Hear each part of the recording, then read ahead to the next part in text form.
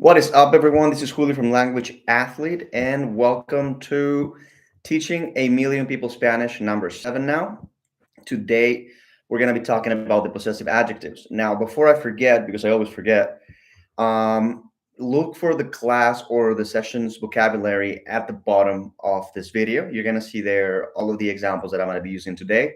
I know it is, tempting to look at this beautiful face, but I encourage you to not do it and just watch at what is written there, or you can do both. Maybe I don't know, but anyway, today's subject is very simple. For the people who's this is the first video to watch. I'm basically doing a course per se on subjects from the beginning. Eventually, I'm gonna be like jumping around if anybody asks for it. But from the time being, I'm going from very simple to more complex. Today's subject. It is very simple, but we need to watch it. It's super super easy. It's just possessive adjectives. These are the things you used to say. This is mine. This is yours. This is his. Rather, my house, your house, his house. So it's really simple. So more than a class, it's going to be a drill. Um, uh, what do we have to learn about them? Really quickly. Number one, we have the same as in English: my, your, his, her. It's our, yours, theirs. The only difference is there. Sorry.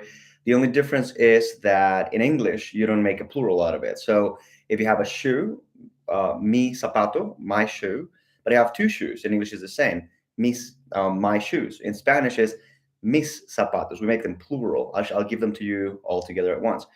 Um, uh, and then you have your shoe, tu zapato, your shoes, tus zapatos. We have an S for the two.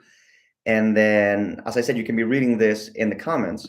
And for our, which is nuestro, we not only change the number, but we also change the gender. So if I have a shoe, nuestro zapato, our shoe, nuestros zapatos, our shoes. And if it is plural, if it is feminine, nuestra casa, our house, nuestras casas, our houses. So that's basically all you got to know. What I'm going to go ahead now and do is give you examples with translations into Spanish. So remember that I regularly do that in my videos. I give it to you in English to see if you can think about it in Spanish, then give you the answer. And because it's such a simple subject, I'm gonna take advantage and mention a couple of extra things that are not related to the subject. So number one, I enter the house. In Spanish, yo entro a mi casa. Well, first of all, of course, mi casa, my house. And when we have a verb of motion, entro a mi casa, we need the a for the movement, right? So yo entro a mi casa, not yo entro mi casa. Number two, you need your phone. In Spanish, tú necesitas tu teléfono. Now, please notice how, especially if you're reading this at the description box, when I say tú as in you need, the tú has an accent. That means you as a person. And the tú without the accent, without the little line on top of it, that will be your. So it matters if you put the little line or not. As I said, check in the comments. Number three, he loves his girlfriend. In Spanish, él ama a su novia. Number four, we read our favorite book. In Spanish, nosotros leemos nuestro libro favorito.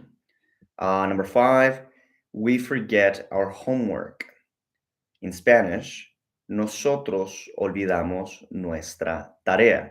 Now, notice how in this one I changed nuestro for nuestra because tarea is feminine when in the previous one it was masculine. Number six, you guys pay for your dinner, which in Spanish is Ustedes pagan por su cena. I just spoke English and Spanish. Ustedes pagan su cena. Um, uh, they eat their dessert. Ellos comen su postre. That was in Spanish.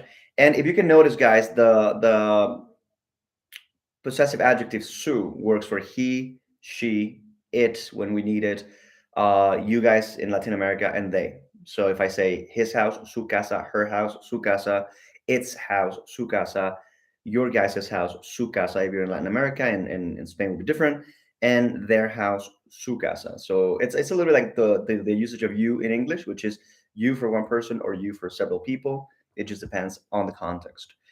The next one is, where am I here? I totally got lost. Here it is.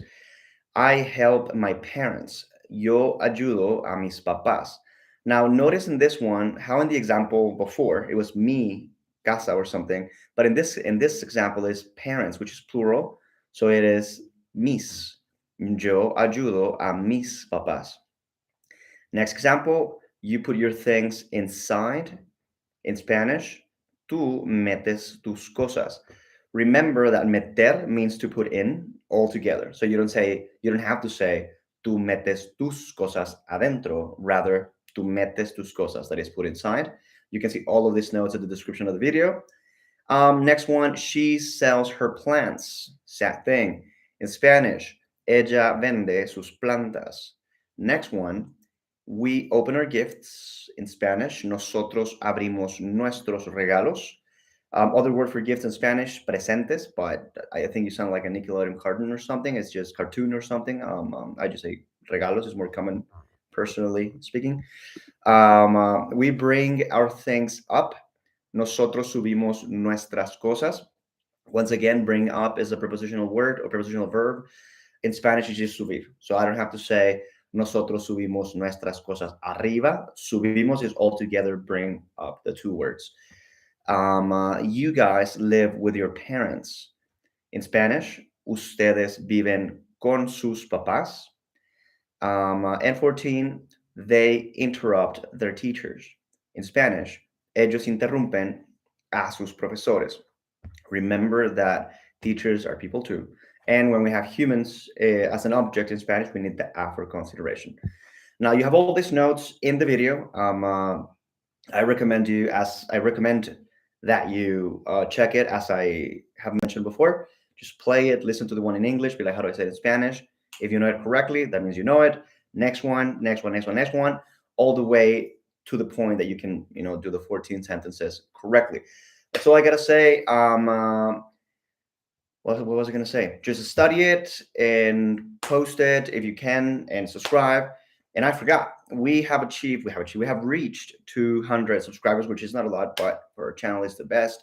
So, if before next week, which is March the 1st, anybody comments, I don't care if it is a student of mine, because I know that probably like just four or five people are watching these videos at the moment. So even if you're a student of mine, if you make a comment and then go to languageathlete.com and send me an email, or if you're a student of mine, you WhatsApp me, you're gonna get a free class. This is gonna be 2 people.